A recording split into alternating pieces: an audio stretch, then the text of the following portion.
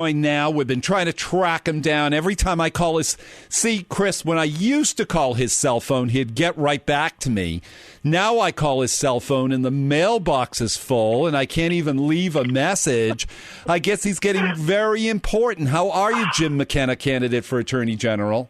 Charlie, it's wonderful to talk with you. I've got to get you the other phone number. They've changed phones, and it's great to be back with you. How are you? See, that's what campaigns do. They take away your cell phone and give you a new number so your old buddies can't call you anymore.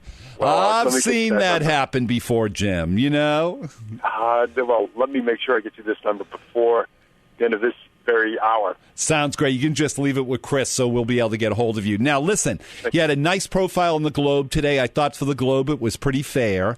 Yes. And then there's this story about Martha Coakley having a big rally over at Faneuil Hall. And the lead on it is Attorney General Martha Coakley attacked her opponent yesterday. Now, didn't she learn her lesson in the Scott Brown race that people don't like her nasty, dirty tactics?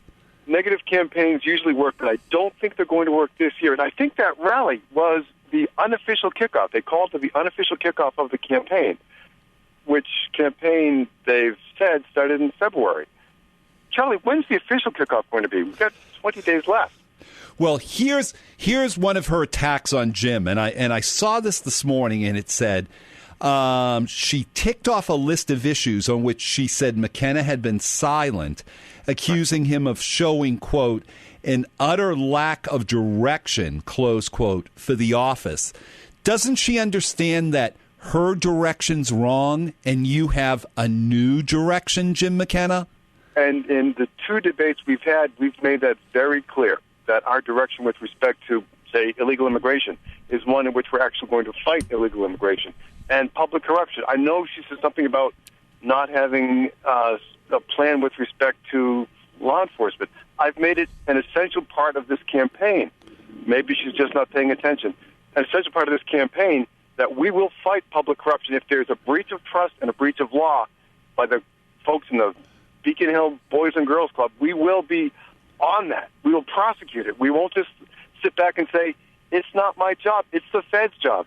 Martha Coakley does that with respect to both illegal immigration and public corruption. She's said basically, this is really not my responsibility. It's the Fed's responsibility. No, it is the job of the Attorney General.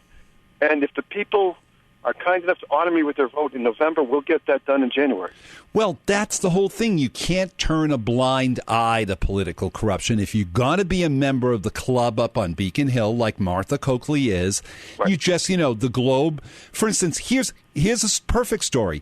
Howie last night had the opponent of John Rogers, the state rep, on. When Sal DeMacy, who's now under federal indictment, was the speaker, this was Sal's top lieutenant. He had a scam going where he was paying a guy to be a consultant out of his campaign funds, and then the guy was laundering the money and turning around and paying this guy's mortgage on his Cape house. Now, the Globe did some good reporting on it. I'll give the Globe perfect credit for breaking that story. That's when you call a grand jury and you call these guys in under oath and you get to the bottom of it and see if any laws were broken. Isn't that the way as an attorney general is supposed to act? Martha Coakley did nothing. She did nothing, but she was running for the United States Senate. She doesn't want to be attorney general. She wants to be something else. She wanted to be U.S. Senator. And if you want to be U.S. Senator, you're not going to go after Rogers. You're not going to go after Diane Wilkerson. You're going to not attack your own base, which is why you can't do the job if you want another job. If you want to be a U.S. Senator, you're not going to be an effective not going to be effective Attorney General. And to be frank, we will get the job done because we won't have a separate agenda. We have an agenda only to do the people's work as of January. It won't be a question of trying to use this as a stepping stone. That's not what you're supposed to do. You're supposed to do the right thing and the fair thing. And that's what we'll do. And, I don't think Martha understands that you can, she thinks being attorney general is about being consumer affairs secretary, not that it's cracking down on political corruption or on legal immigration or all the things that an attorney general who wants to do those things can do. Even with respect to consumer affairs, we are seeing that one of the principal jobs is to maintain rates at an effective rate. Our electric rates, for example, utility rates. And she has agreed to increase the cost of electricity for the hundreds of thousands of folks who will be theoretically using the electricity from Cape Wind. And that will double or triple the rate, which is complete failure. She doesn't know what the project will cost. She doesn't know how much money they'll make, how much profit the folks at Cape Wind will make. All she knows is she receives almost $5,000 in campaign contributions from these people. And that's not what we should be doing. We should not have someone who is effectively the queen of political payback be the Attorney General. We should have someone who just wants to do the job, not move on to higher office, just do what's right for the people. And I'll do that as of January.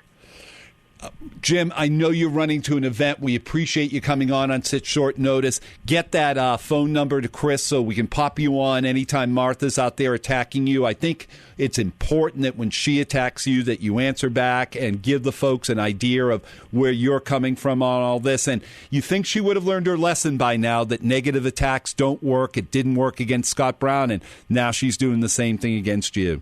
It's great to be back, and our website is jimforag.com. If people want to visit or donate or whatever they would like, we've got 20 days left. The campaign is getting to high gear, and Charlie, thank you very much for having me back on. Thank you. My pleasure. Jim McKenna, candidate for Attorney General. Big profile of him in the Globe today.